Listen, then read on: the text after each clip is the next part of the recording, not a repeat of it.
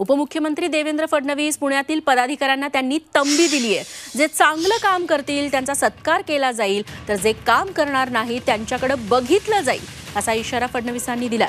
भाजपचे पदाधिकारी आणि नगरसेवक प्रचारापासून दूर राहत असल्याची चर्चा होती। या पार्श्वभूमीवर फडणवीसांनी कोरेगाव पार्क बैठक घेऊन पदाधिकाऱ्यांची शाळा घेतली। या बैठकीसाठी महापालिकेतील सर्व माजी नगरसेवक आणि प्रमुख पदाधिकारी उपस्थित होते। यावेळी त्यांनी पुणे शिरूरसह बारामतीतील लोकसभेच्या प्रचाराचा आढावा घेतला। या नगरसेवकांची बैठक झाली, ते काय नेमकं काम करतात त्याचा आढावा आम्ही घेतला।